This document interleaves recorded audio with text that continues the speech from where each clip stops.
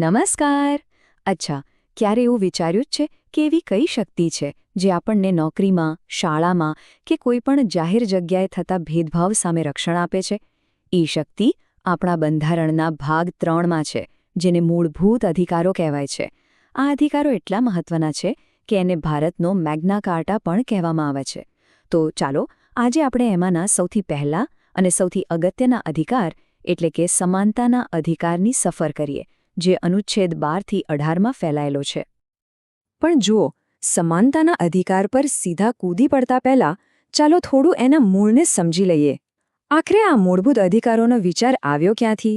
અને તે આપણા માટે આટલા બધા જરૂરી કેમ છે? ખબર છે, આ અધિકારોની જે સફર છે ને, એ બહુ જ રસપ્રદ છે. એનો વિચાર સૌથી પહેલા બ્રિટનમાં જન્મ્યો, પણ એને બંધારણમાં સ્થાન આપનાર પહેલો દેશ હતો અમેરિકા. અને બસ ત્યાંથી જ પ્રેરણા લઈને ભારતે તેને પોતાના બંધારણમાં અપનાવ્યો. શરૂઆતમાં આપણને 7 મૂળભૂત અધિકારો મળ્યા હતા, પણ પછી 1978માં 44મો સુધારો આવ્યો અને એણે મિલકતનો અધિકાર હતો ને એને મૂળભૂત અધિકારોમાંથી કાઢીને ફક્ત એક કાનૂની અધિકાર બનાવી દીધો. એટલે હવે આપણી પાસે રહ્યા 6 મૂળભૂત અધિકારો. આ પિરામિડ જુઓ, એકદમ ક્લિયર થઈ જશે. મૂળભૂત અધિકારો બધા અધિકારોમાં સૌથી ઉપર એટલે કે સર્વોચ્ચ છે. તે માનવ અધિકાર, કાનૂની અધિકાર કે બંધારણીય અધિકાર કરતાં પણ વધારે શક્તિશાળી છે. આનો સીધો મતલબ એ છે કે જો કોઈ આ અધિકારો છીનવવાની કોશિશ કરે ને, તો આપણે સીધા જ કોર્ટના દરવાજા ખખડાવી શકીએ છીએ. અને બીજી ખાસ વાત, કોઈ એમ ન કહી શકે કે મારે મારો આ અધિકાર નથી જોઈતો. ના, આ અધિકારોને આપણે છોડી જ ન શકીએ. જેમ કોઈ પણ મોટી મજબૂત ઇમારત માટે એનો પાયો સૌથી જરૂરી હોય છે, બસ એ જ રીતે સમાનતાના અધિકારનો પાયો છે અનુચ્છેદ 12 અને 13. આ 2 અનુચ્છેદ આપણને 2 બહુ જ મહત્વના સવાલોના જવાબ આપે છે. પહેલો, કે આ અધિકારો આપણને કોની સામે મળ્યા છે? અને બીજો, કે જો કોઈ આ અધિકારોને તોડવાની કોશિશ કરે તો એનું રક્ષણ કોણ કરશે? તો પહેલો સવાલ, આ અધિકારો કોની વિરુદ્ધ છે? જવાબ છે રાજ્ય વિરુદ્ધ. પણ હવે સવાલ એ થાય કે આ રાજ્ય એટલે કોણ? શું ખાલી સરકાર? ના. અનુચ્છેદ 12 એની બહુ જ મોટી વ્યાખ્યા આપે છે. એમાં કેન્દ્ર સરકાર, રાજ્ય સરકાર, સંસદ, વિધાનસભા, નગરપાલિકા, પંચાયત અને એટલું જ નહીં, સરકાર માટે કામ કરતી કોઈ પણ સંસ્થાનો સમાવેશ થાય છે.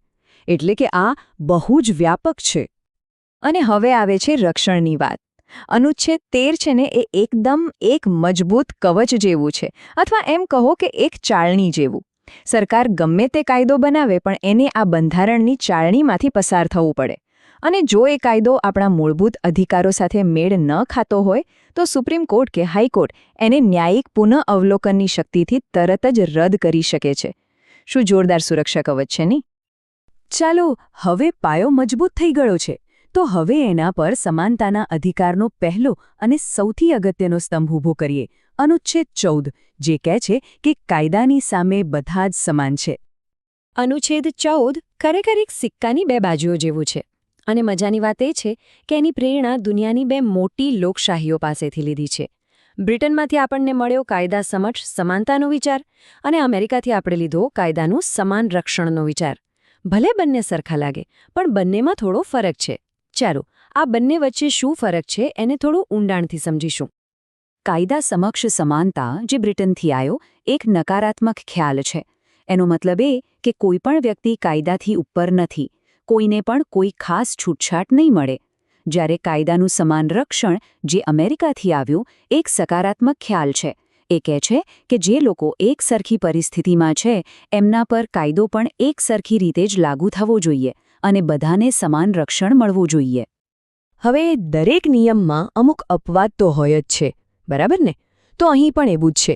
બંધારણ પોતે જ અમુક પદોને ખાસ સુરક્ષા આપે છે, જેથી એ લોકો પોતાનું કામ કોઈ પણ ડર વગર કરી શકે.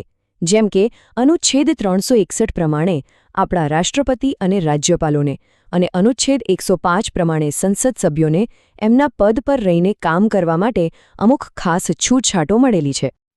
તો કાયદાની નજરમાં તો બધા સરખા થઈ ગયા. પણ શું એટલું પૂરતું છે? ના. સાચી સમાનતા તો ત્યારે આવે જ્યારે એ સમાજમાં પણ દેખાય. એટલે હવે આપણે એવા અનુચ્છેદો પર વાત કરીશું જે આપણા સમાજમાં રહેલા ભેદભાવોને દૂર કરવાની કોશિશ કરે છે.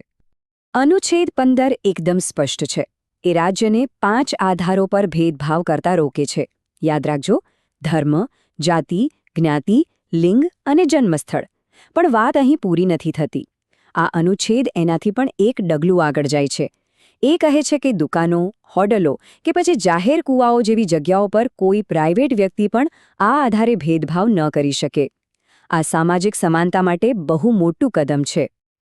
હવે અનુચ્છેદ 15માં જ અમુક એવી જોગવાઈઓ છે જે રાજ્યને સમાજના અમુક વર્ગો માટે ખાસ કદમ ઉઠાવવાની શક્તિ આપે છે. આને આપણે સકારાત્મક પગલાં કહી શકીએ, જેમ કે મહિલાઓ અને બાળકો માટે ખાસ નિયમો બનાવવા, કે પછી એસસી, એસટી, ઓબીસી અને હવે ઈડબ્લ્યુએસ એટલે કે આર્થિક રીતે નબળા વર્ગો માટે શૈક્ષણિક સંસ્થાઓમાં અનામતની વ્યવસ્થા કરવી. શિક્ષણ પછી વાત આવે છે નોકરીની. અનુચ્છેદ 16 એ જ સમાનતાના સિદ્ધાંતને સરકારી નોકરીઓ પર લાગુ કરે છે. એ ખાતરી આપે છે કે જ્યારે પણ કોઈ સરકારી નોકરીની વાત આવે ત્યારે દેશના દરેક નાગરિકને સમાન તક મળવી જોઈએ અને કોઈ ભેદભાવ ન થવો જોઈએ. અને હા, અનુચ્છેદ 16માં પણ અનામતની જોગવાઈ છે, જે અનુચ્છેદ 16(4) અને 16(6) હેઠળ આવે છે. આ જે ચાર્ટ છે એ ગુજરાતમાં અનામતના વર્તમાન આંકડા બતાવે છે, જેમ કે ઓબીસી માટે 27%, એસટી માટે 15%, ઈડબ્લ્યુએસ માટે 10% અને એસસી માટે 7%. અત્યારે આ જોગવાઈઓ 2030 સુધી લાગુ છે. હવે આવે છે અનુચ્છેદ 17. આ ફક્ત એક કાયદો નથી, આ આપણા બંધારણની આત્મા છે.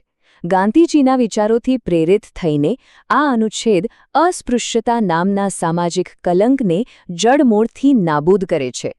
એક રસપ્રદ વાત એ છે કે બંધારણમાં અસ્પૃશ્યતા શબ્દની કોઈ વ્યાખ્યા નથી કરી, કારણ કે એનો હેતુ એના દરેક સ્વરૂપને ખતમ કરવાનો છે. ચાલો, હવે આપણે સમાનતાના અધિકારના છેલ્લા પણ મહત્વના સ્તંભ પર પહોંચી ગયા છીએ: અનુચ્છેદ 18. આ અનુચ્છેદ એવા વારસાગત ખિતાબોને નાબૂદ કરે છે જે સમાજમાં ખોટા ઊંચ નીચના ભેદભાવ ઊભા કરતા હતા.